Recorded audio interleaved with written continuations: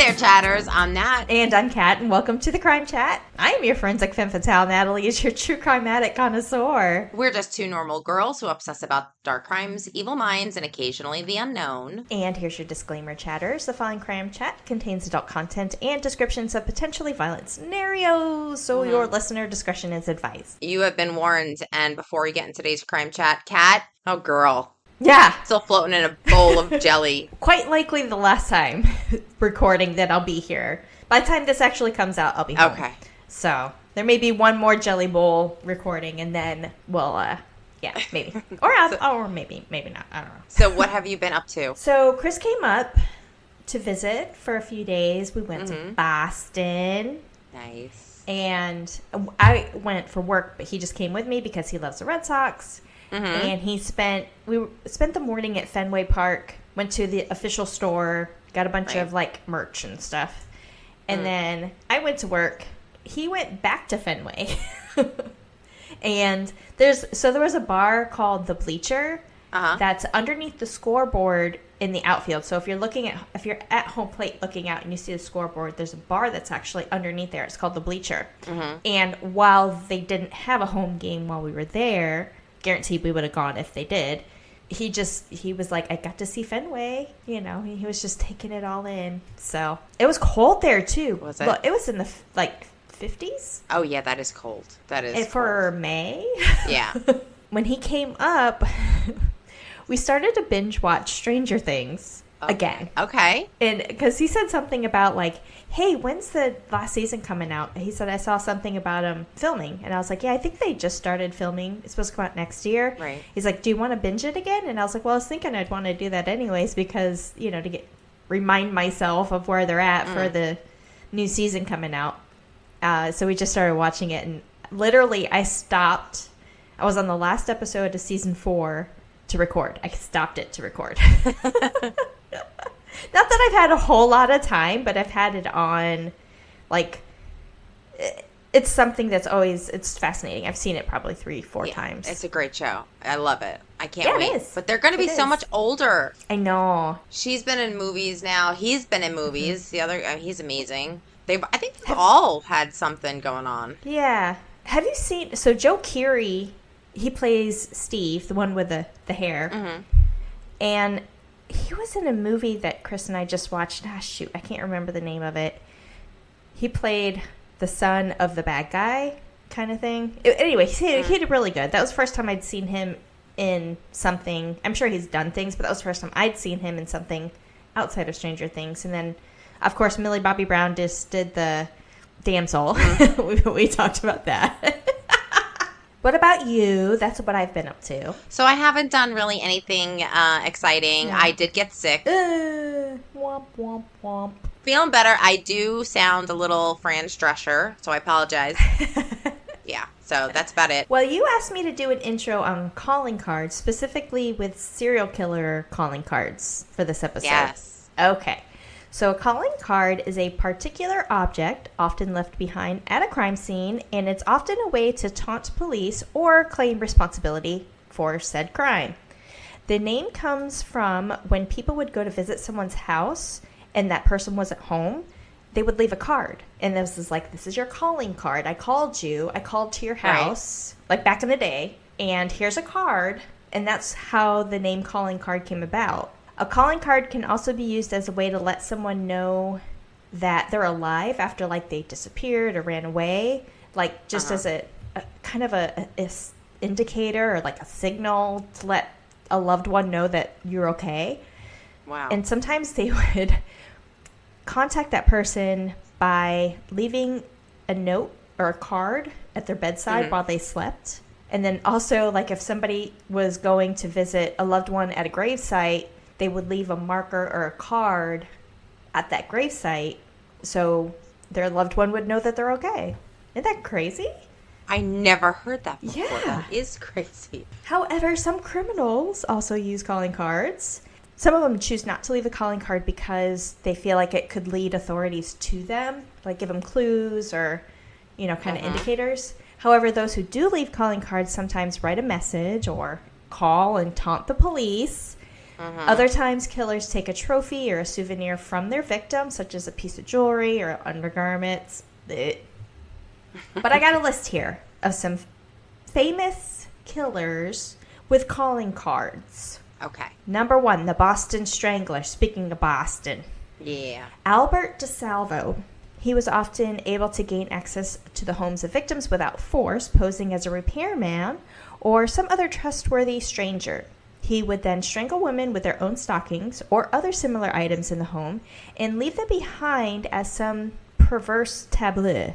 So one victim, Mary Sullivan, received a New Year's card from the Boston Strangler because he felt that he troubled her. Oh, boy. Yeah. Number 2, the Beltway Snipers. They terrorized multiple states throughout 2002, but focused their destructive energies largely on the Washington, D.C. area, where I'm at now. And actually, I was stationed up here just prior to. And then, do you remember there were ties to Alabama? Well, I was in Alabama at the time. Right. And I was just like, this is so crazy. John Allen Muhammad and Lee Boyd Malvo, they didn't use the same calling card for every crime, but news outlets did pick up on it on October 7th. The October 7th shooting of young Iran Brown, thanks to one creepy message. The pair left a tarot card for death at the crime scene, inscribed with the phrases, quote, "Call me God," quote, "For you, Mr. Police," quote, "Do not release to the press." That's freaky. Do you remember that? Do you remember Yes. Yeah. We need to do that story. That's a great crime chat to do. Yeah. Yeah. I've thought about that before. So number 3 is Kenneth Harrison. He gave himself the nickname The Giggler when tipping off Boston police about the locations of his victims, laughing about it the whole time. Again, back in Boston. Harrison's methods would change, sometimes tossing people off bridges, other times meeting folks down in Boston's notorious quote-unquote combat zone, their red light district, and then attacking them in a dark alley. Okay, I was walking around Boston when I was working. And I was a little concerned.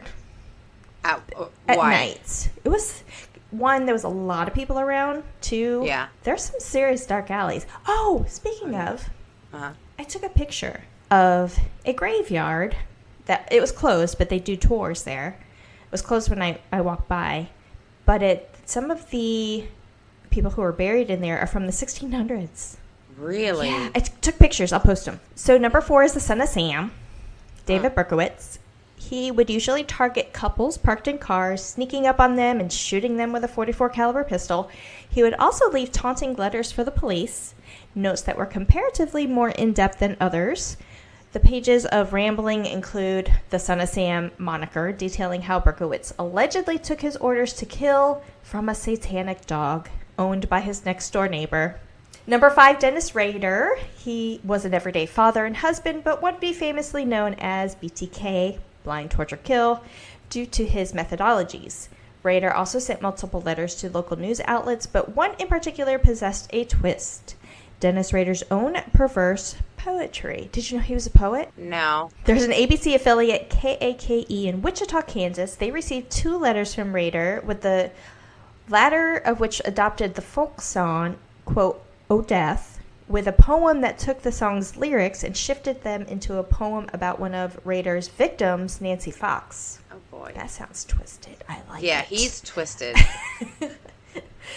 And number 6, the Night Stalker, Richard Ramirez. He was known for drawing inverted pentagrams on his hand for attention while on trial, but Ramirez also left the symbols as a calling card during his murders. He even demanded one victim to swear to Satan and that he wasn't holding out any valuables in the home. So, do you remember? You remember seeing the picture. It's like a very famous picture of Richard Ramirez with the inverted pentagram on his hand. Yeah, there's a lot of really good crime chats here. Oh, yeah. Well, of course, there are some others. Jack the Ripper, the Zodiac Killer, and the story that you're about to go over. So I hope this helps. Yes, thank you for that. Welcome. That was good. I'm really interested in checking out more on this giggler. Never heard of that crime. Yeah. We're going to have to do a crime chat on that. All right. Dun, Okay. dun, dun. There are many things to be afraid of these days, but what scares me the most, and I know it scares you too, and it's in our title, is the unknown. Yeah. Today we're going to talk about the enigma of the Smiley face murders. Unsolved or is it unhinged? Is it both? You be the judge. What begins as an isolated incident of young men found drowned, individually found drowned across America, people started putting those pieces together for this really chilling theory of a serial killer or killers in a well-organized network of other killers, leaving behind like smiley face graffitis. I'll be sprinkling some theories along the way, but the major theories I'll discuss at the end of the story. Okay? All right. Our first murder is located in New York City in Of course. 1997. Of course. Patrick McNeil, I want to tell you a little bit about his background because I think it's important. Profile of the people that are being killed. I think that's, you kind of need to know who the killer is targeting, okay? He was born July 15th, 1976 in New York City to loving parents, Michael and Elizabeth McNeil. Raised in a close-knit family, Patrick enjoyed a happy childhood filled with the love and the laughter of his family. He grew up in a modest apartment in Queens alongside his younger sister Sarah, with whom he shared a special bond with. After graduating from high school, Patrick enrolled at New York University, NYU. My brother went there. Oh. He excelled academically, earning praise from his professors for his intellect and his work ethic. After graduating from college, Patrick embarked on a promising career in finance, securing a position in a prestigious firm in Manhattan. I mean, somebody's got to do it. More power to you. Yeah, but this is 1997. Like, this is where the money was. Well, that's true. Yeah. Patrick's life was cut short on the night of February 16th, 1997, when he disappeared after a night out with his friends in downtown Manhattan. Witnesses stated that he was stumbling around after a few beers, and I have a suspicion Patrick was actually drugged. You were going to see a lot of this happening, and it's just the coincidence. Kind of like as a MO. Yeah. Yeah. He got sick in the bathroom, and his friends witnessed this. He said his goodbye to all his friends, and he walked out of the bar, and he walked out alone. Like, bad on friends. You shouldn't leave your friend like that, but I don't know. Well, and I think, I can't remember what I was listening to or watching, but basically, like, men had this mentality, especially 30 years ago, that, like, I'm a man. I can take care of myself. You know, the girls, the ladies are the ones that gotta, buddy up, and especially, I want to say late 90s, Yeah. Not true. No. Should always stay, like, have a wingman or wing woman, a wing person to watch out for each other. Yeah. I guess maybe if he was going out for a couple of beers after working in downtown Manhattan is pretty lit up. So it's not like you're going to a bad section of the city. So maybe people just didn't think of it. There have been many times where I was walking by myself at 2, 3 o'clock in the morning. Back then, you just didn't think of it because everything was so well lit. Like, it was so bright everywhere you went. I don't know. Yeah. People on the street that saw Patrick walking noticed that he was stumbling on the pavement. He was like falling down and getting up.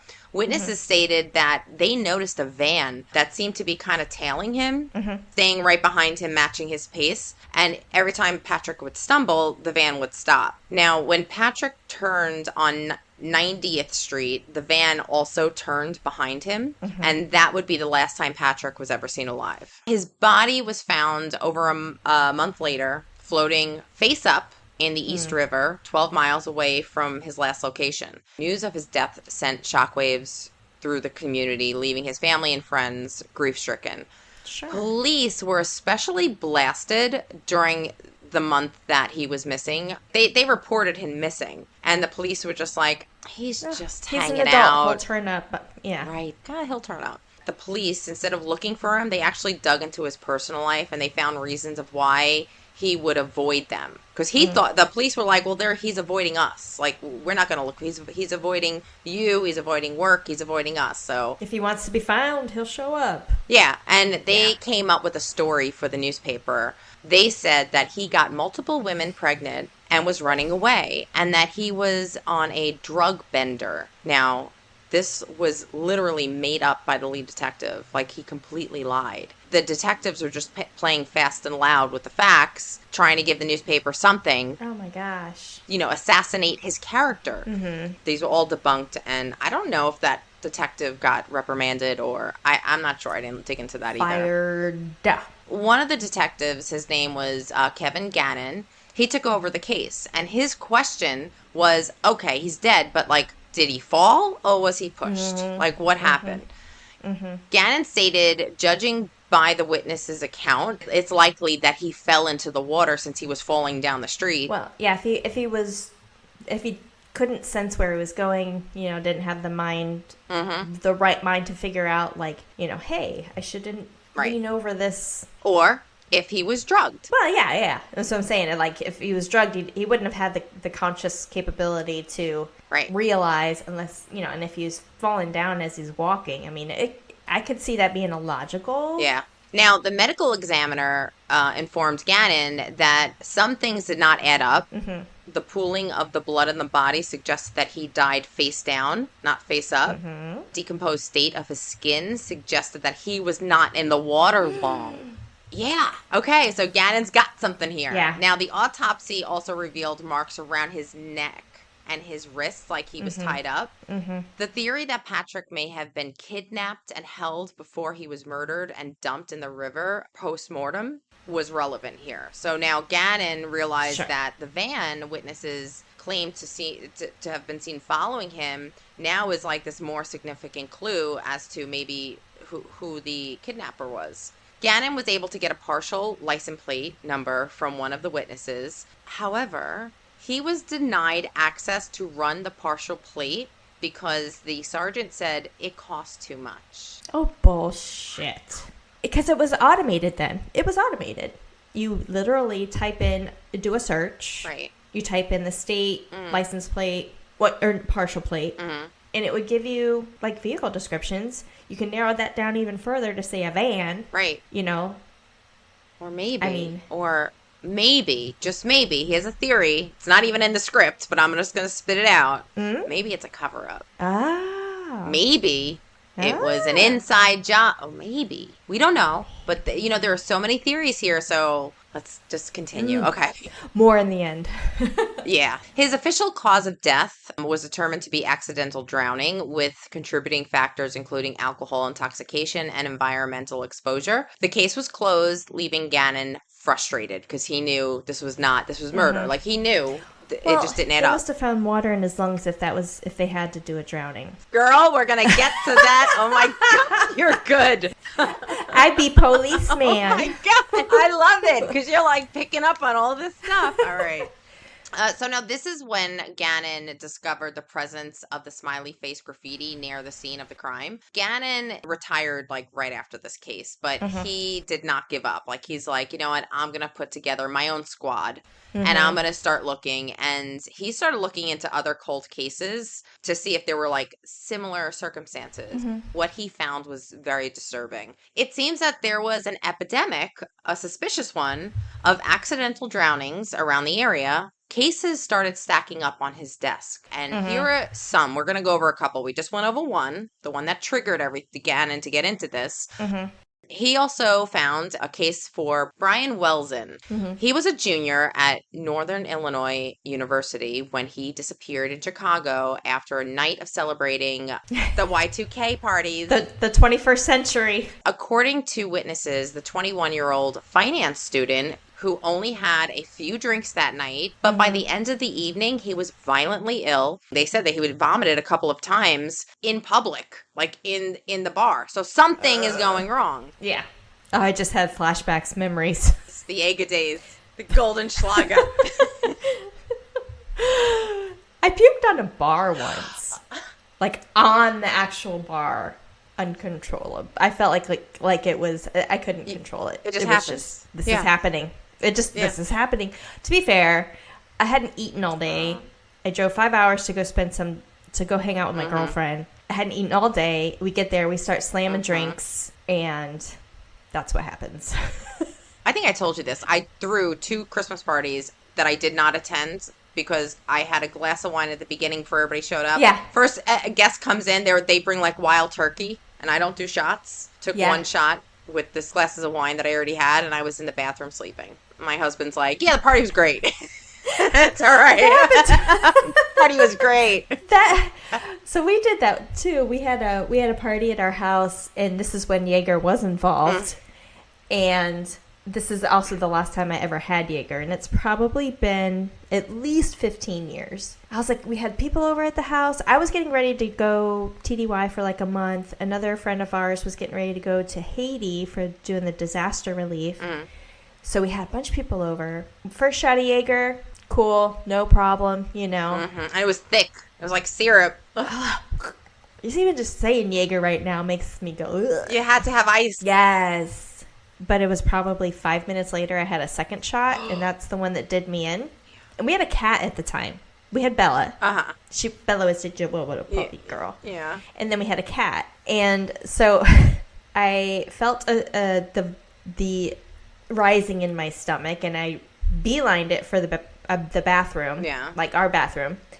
And it was all the way down the hall. Well, I didn't quite make it. So, like, I puked all the way down the hall to get into the bathroom. Yeah. And then my husband said that my friend was like, cat just puked in the hall. And he's thinking, the cat just puked in the hall. No, your wife just puked in the hall. That's great. And I've never touched Jaeger since. Yeah, I don't blame you.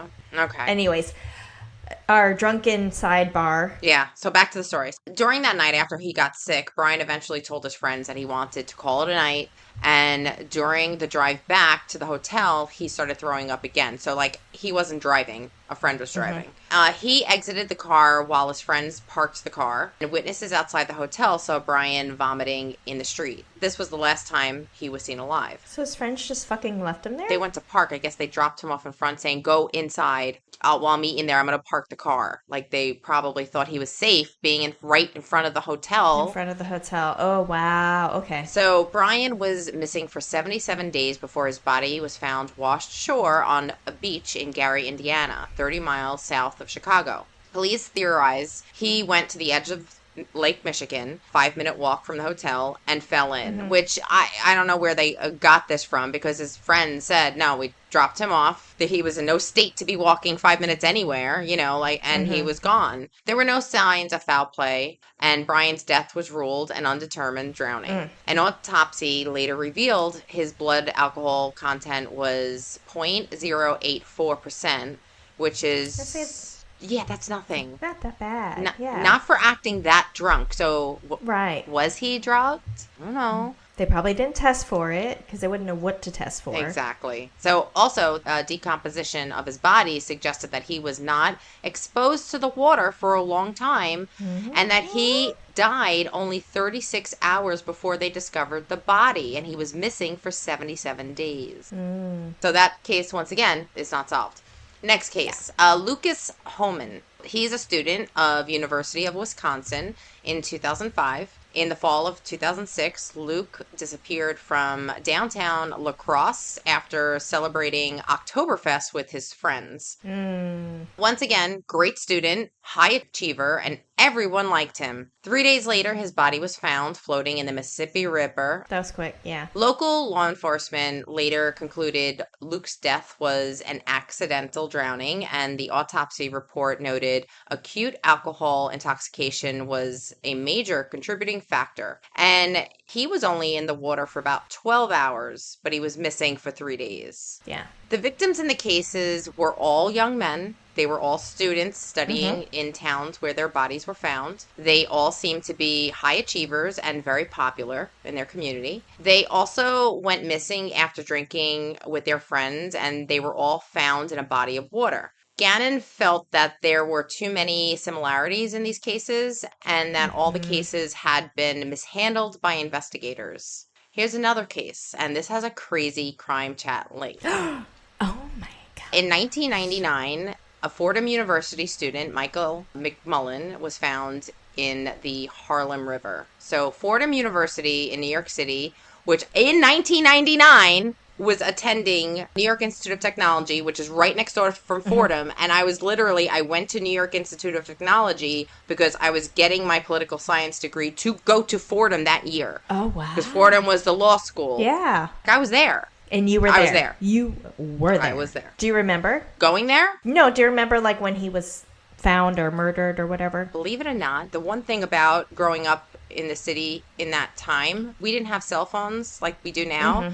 and there were crimes happening all the time, and you were kind of numb to it, and you really didn't hear about this unless you picked up the newspaper, and I was too busy studying to read a newspaper. Sure. Yeah. Maybe on campuses too, sometimes they have, like, the groups on the campuses have a tendency to expose more too. Yeah. But again, this is 99. 99. That's crazy. So Michael McMullen was born March 22nd, 1979 in Minneapolis, Minnesota. He grew up in a warm and a supportive family environment alongside his older brother David and younger sister Jennifer. After high school, Michael enrolled in the University of Minnesota, where he pursued a degree in finance. After graduating, Michael moved to New York City and pursued a higher education at Fordham University. Now, Michael went missing in August 1999, and he was last seen by his friends during that night out. Friends stated Michael mysteriously disappeared at some point during the evening. Tragically, it wasn't until November 1999 that Michael's body was discovered in the Harlem River, not far from Fordham University campus. And the cause of death is determined to be consistent with drowning. Now, the reason why I mentioned his background a little bit, they all kind of have something in common. Graduate students, they're all hanging out with their friends at the night of at a bar or something fun, and they're all leaving really sick, where their friends are saying, no, this isn't right or something. But unfortunately, none of these people took their friends home. So, okay, we're going to go to the next case. Tommy Booth, a 24-year-old man, disappeared on January 19th, 2008 from a bar in Pennsylvania. That night, he had been celebrating a friend's 21st birthday with his group of friends. Surveillance footage captured Booth entering the bar where the celebration took place, and there was no video evidence of him leaving the bar. So this is January in Pennsylvania. Yeah. It's snowing, it's cold, it's frigid, there's ice. 2 weeks later, when the ice started to melt away, his body was found in a creek right behind the bar. Police had been puzzled by this. There was an extensive search for this boy. We're talking about a creek located right behind the bar, which police said, oh no, we covered that area with dogs. We had a whole search party. Community got involved in it. Like, there was nothing there. His body was placed after. There you go. And they said that this is a very unlikely drowning. Forensic pathologists disputed the initial assessment because the coroner said it was a probable drowning. Pathologist was like, well, the initial assessment doesn't seem right, because they believe that Booth's body could have been dumped. They also noticed a suspicious set of footprints and marks at the death site. There were no footprints during that time when they were searching. So they would have seen it. Above Booth's head and his torso, there was a drag mark in the soil with possible foot shoe impressions on either side of it. According to the autopsy report done by the Delaware County Medical Examiner's Office, the marks were directed upstream from the current, making it plausible that Booth's body had been dragged by its feet through the creek from an unknown assailant. The medical examiner here ruled his death a probable drowning. Booth's case had been closed since 2008, but Gannon put together a whole new team. Like I said, he had a new squad, and he was now working with Michael Donovan and Anthony Duarte and a professor of criminal justice, Dr. Lee Gilbertson. All believed Booth could be a potential victim of the Smiley face killers. Now, this was a theory they put together at the time. Gannon became skeptical of the drownings after noticing that there was a familiar calling card. There was a smiley face graffiti at the back of the bar of Booth's scene. So I guess maybe on the bar or on a man-made structure. I don't know exactly where the smiley face was, but he was able to get it reclassified as a homicide. Good. Yay, Gannon. Yeah. Gannon also found suspicious similarities in the autopsy reports, dating all the way back to 1997. Bodies found in the water, placed there post-mortem, because their lungs did not show signs of drowning. But how does a medical examiner actually clear that as possible drowning? There's no water in your lung. It's pencil whipped. It's something that they can just say, oh, they were found in water. Yeah. How many? That was a drowning. Yeah. Yet the autopsies all stated that it was an accidental drowning. Traces of the date rape drug, GHB, were found in several of the closed cases. And that's what in tox. That's what one of those special drugs to test for versus just any cocaine, Right. marijuana, alcohol, or other like those kind of like controlled substances. So you have to be looking for it for them to do Yeah. that test. Specifically requested. Right. You have to know what you're looking for. Exactly. Gannon stated that it's possible that the GHB degraded in other bodies while they were held. One of them was held for 77 days. Yeah, I mean, it's very possible if they're not being continuously drugged that there is a lifespan on it being in your Right. system. Yeah. Gannon theorized the men were targeted in bars where they drank, slipped drugs into their drinks, and snatched them when they left, holding them captive for a time and then killing them and dumping their bodies in hopes the evidence would wash away. Question. Mm-hmm. Any of these sexual crimes? Nope. But why? I know. There are theories. Okay. Another case. Chris Jenkins, a student from University of Minnesota, where he pursued a degree in business administration. Once again, it's like they're all like high achievers. They're all into finance or business or something like that. But I can't give the suspect that much credit for looking into and targeting specific people. I think it was all chance. Maybe he's a professor because these are all big colleges. Chris had been last seen alive October 31st, 2002. He was celebrating Halloween with his friends in downtown Minneapolis. Witnesses reported seeing Chris at a bar in the area where he appeared to be in good spirits and having a good time. However, after leaving the bar, Chris disappeared without a trace. On the morning of November 27, 2002, a group of students discovered Chris's body floating in the Mississippi River near the Stone Arch Bridge, floating on his back with his arms crossed over his chest. The cause of death, drowning with contributing factors including alcohol intoxication and environmental exposure. Gannon started collecting more cases to prove that these are not just isolated incidences. They gathered hundreds of other cases looking closely at the crime scene where the victims' bodies were found, trying to find links. And they did. A smiley face. Not on all of the cases, but they did find it on a lot of the cases. And it wasn't a smiley face on the body. It was on like a structure. It was found like on a wall or a bridge wall or something like that. It's like dump the body. Haha, here we go, smiley face. Like on a wall or like you said, like some kind of structure or foundation or something around it, yeah. Some smiley faces were drawn with like devil horns. Some had green hair. Some were traced out in different colors, sizes, and styles.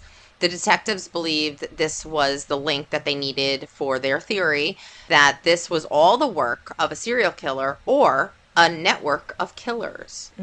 Other cases, similar deaths, suspicious drownings, evidence of possible foul play, similar victims, and reoccurring symbols that seem to confirm that there is or possibly a serial killer at work here. One theory of a person or people trolling college bars, drugging young men, and dumping their bodies in water, leaving suspicious calling card was kind of like their start of this whole theory. In 2008, Kevin Gannon and D.L. Gilbertson published their findings in the book called Case Studies in Drowning and Forensics. The book argues that 14 cases could be the work of a highly organized network of serial killers with chapters in different major American cities. During an interview, he stated, "What we've determined is that they're a well-organized gang with cells in major cities across the United States who drug and abduct all the victims for a period of time before they murder them and then place them in a body of water." He said that there's usually a smiley face graffiti tag on the nearest man-made structure near the location of the disposal of the body. In some instances, it's found in other spots. In the case of Tommy Booth, the symbol was painted on the back of the wall of the bar. Leaving their trademark tag right out in the open is perhaps their way of claiming the kill, or maybe telling their fellow members, like, look what I did. It is also believed that the gang communicates through the dark web. You went over that at one point. So before you went into that's exactly what I was thinking. I was like, it's an underground cult with different areas that are able to communicate covertly. And that's kind of what my theory was as you were explaining it. Yeah. Really? Oh, boy. Gannon claims that he once managed to get access to the group's login page on the dark web. He said that when you ask for access to the dark web, the person that you're logging in with needs to see who you are. So they ask you to turn the camera on. He said, no, no, no, no, I can't do that. Because remember, he's technically not a cop. Like, he's kind of working on the side. And I think this was a very scary position for him to be in, because you turn on that camera and they find out exactly who the hell you are. They may show up at your door. Quite possible. You don't know. These people are scary. I mean, this whole situation is scary. I give him credit. The IP address is a thing. So the Smiley Face Killer investigation is now well past into its 20th anniversary without any arrests. After 2008, more cases piled up, and it's well in the hundreds at this point. Yeah, definitely cultish. Yeah, right? In 2019, the 6-part TV series on Oxygen Network, The Smiley Face Killers, The Hunt for Justice. With this TV series coming out, a lot of people got into this case, and now you had like a bunch of online true crime sleuths like trying to figure out. Figure this out. Right, yeah. exactly. Online investigators. They made a list about 40 suspects. Like, they were like, oh, here it is, here it is. And 2 of the suspects were actually ex-cops that were on, not only on the list, but they were also part of like discovering some of the bodies in the previous cases in the earlier 90s. The series uncovered crimes as recent as January 2017 with the deaths of Dakota James. Now, they go over this death in the TV series. He was last spotted on CCTV in downtown Pittsburgh, turning down an alleyway. He walked down to the riverside of the Claremont Bridge to urinate in the water and ended up falling in. This does not make much sense. Dakota was a captain of a swimming team, and he could probably get himself out. He was found 40 days later, floating 10 miles away from where he was last seen. To make matters more suspicious, 5 weeks before his death, he had been out with the same group of friends and suddenly found himself on an unfamiliar street alone and disoriented. If that doesn't sound like he was getting drugged, I don't know what would. Now, his friend Shelly, she was able to track him down through his phone's GPS. She saw a dark SUV parked in the wrong lane, and Dakota was walking straight towards it when she pulled up and shouted at him to get in her car. He wouldn't explain what happened to him, only that he had lost about 4 hours of his memory. He doesn't remember anything from 7 p.m. to 11 p.m. So, date rape drug. Was the SUV waiting for him? And 5 weeks later, did they finally succeed in their attempt? So, like, did they screw up their first attempt to get this guy? Quite possibly, yeah. Because people always make mistakes. Yeah. Something's going to happen. Criminals are going to slip up and they're going to leave something. Yeah. Yes. They go over this, and I want to see this TV series. I don't know. Suspicious hell. So, GHB was later found in the autopsy report. The autopsy photographs revealed suspicious marks around his neck, which had gone unnoticed. Forensic pathologists included that the death may have been due to ligature strangulation. How is that different than just strangulation? So ligature usually is when there's something used as a tool to strangle. Okay. Manual strangulation is your hands. Yes. But if you have like a cord There's or something. a ligature. Let me just double check that, but I'm pretty sure that's what it is. Like strangling somebody with a cord, rope, wire, chain, shoelaces. Yep. Okay. That's right. Okay. The claim that this network of killers had struck more than a staggering 350 times across North America and as far as Europe. That means no matter where you are, if you're walking home from a night out with your friends at night, the Smiley Face Killers might have already marked you out. The FBI has been working on this. In 2008, they issued a statement saying that the vast majority of these instances appear to be alcohol-related drownings. Some of the top investigative minds of the country have debunked this theory that Gannon came up with. So what the hell is really going on here? So I think they did this to themselves. I think they came out with this theory in their book, okay? And I think they created their own copycats. Sure. Oh, yeah, absolutely. Somebody who ever read it or heard it from somebody else, they're like, yeah, that's cool. That's what we've been looking for. Let's see if we get caught. And also, Smiley Face is probably the most common graffitied symbol. So Gannon and Duarte in 2012 stated in an article called Drowning the Smiley Face Murder Theory. They argued that In each case, you can never get an approximate spot where the person was dumped. So if you find a body next to a bridge or some man-made structure, you're bound to find graffiti. And the classic graffiti marker is a smiley face. Sure. Like, this is a classic mistake that you see people making all the time, mistaking the narrative with the facts. So basically, a common graffiti symbol to detectives, they're claiming, oh my God, this is the work of a serial killer. Well, maybe Right. maybe it's just a smiley face. Maybe it's just graffiti. But there's also, that's a lot of cases to be tied together. That's a coincidence. Where would there be a man-made structure without graffiti? I don't know many. Well, not in New York City. Probably not in Philadelphia. Yeah, or Chicago, or Chicago, even yeah. even like even like PA or like Minnesota. Like if you're going to get a man-made structure, it's going to be the foot of a bridge, or it's by water, so it's a foot of a bridge or some type of retaining wall or something. And kids are they're everywhere. So Is it possible, maybe this is one of your theories, that whoever dumped the bodies were looking for smiley face marks and said, oh, there's one. dump it here, We're going to use that. Yeah, they might not have made the mark, right? but they looked for that mark Yeah, in order to know where to place the body. Again, though, it's not like you're going to be carrying a body for, 200, 300, 500 yards Right. to find a smiley face either, because that just exposes you more.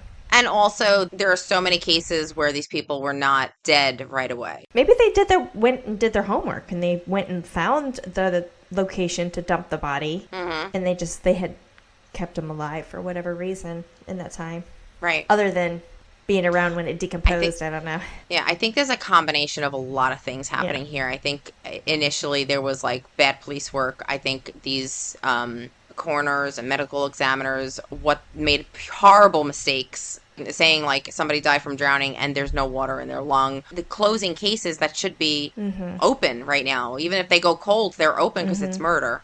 Most of the theories on this have been debunked. Conspiracy theorists will tell you that the water basically washed all the key evidence away. But according to experts on aquatic investigations, water can actually have preservative effect on dead bodies. The skin of the victims who have been underwater for some time, especially when the temperature is low. District Attorney Stephen Zappala, who was involved in the Dakota James case, has gone on record saying that based on the water temperature, you only have a couple of minutes before you go into shock. He was in the water in January in Pennsylvania. And he's like, it doesn't matter if you're the captain of a swimming team. If you fall into freezing water and you're drunk, you're in trouble. He also went on stating that might explain why the serial killer theory only surrounds male college students. The demographic tends to kind of drink, maybe a little excessive, and maybe they stopped off by a body of water to relieve themselves and they get stuck in a sticky situation. So the drugs could have been taken willingly on their part and could have contributed to their lack of physical coordination. Well, so these people that were found of similar kind, popular, had friends. The police are going to do witness interviews, and somebody would know if he was a partier and would use drugs. Somebody would know that. Right. Is it possible? Sure, but for 300 plus cases? So you think there's a connection? Yeah, I mean, I do. I do think there's a connection, yeah. GHB is not a party drug. No. No, it's not. So do you think there's a smiley face network of killers out there? Possibly, yeah. It wouldn't surprise crazy. me. It would not surprise me. Wouldn't. There's not much that That's surprises crazy. me anymore. All right, well, that's my story. So tell me what you guys think. I'm gonna go back to my theory. I think it's some kind of underground cult-ish type of organization that has a Dark web-ish. Maybe it's people who got fired from the financial industry or something, and they're going after these young kids that are after their jobs. Or Interesting. I mean, they're very targeted. Yeah. So they're not going after losers. They're going after people Right. within a certain age bracket. They're all doing the same thing. They're coming home from a bar, and all of their friends let them go home, probably because their friends don't know them to be that person that gets stupidly drunk. Right. Exactly. That's what I Yeah. think. Oh, boy. All right. Well, chatters, let us know what you think. Yes. If you have any details, if you know any other cases that is connected to the Smiley Face Killers Network, let us know. Yeah. Well, all right. Well, because we don't leave you hanging, chatters, for more information on this case, please check out After That Crime Chat, only available on Patreon. And don't forget to follow Crime Chat with Nat and Cat on Facebook, Instagram, YouTube, TikTok, and X to see what we got going on. Remember Crime Chat with Nat and Cat. When you become a VIP chatter to our Patreon, you'll have access to bonus episodes, behind the scenes, bloopers, and free merch. And check out some merch in the works. And yes, be sure to check out the next episode featuring bodies, barrels, and Bella. Bella. Can you guess what that is? Bella. The 3 Bs. The 3 Bs. You don't want to miss it. You'll find out next week, chatters. Bye. Bye.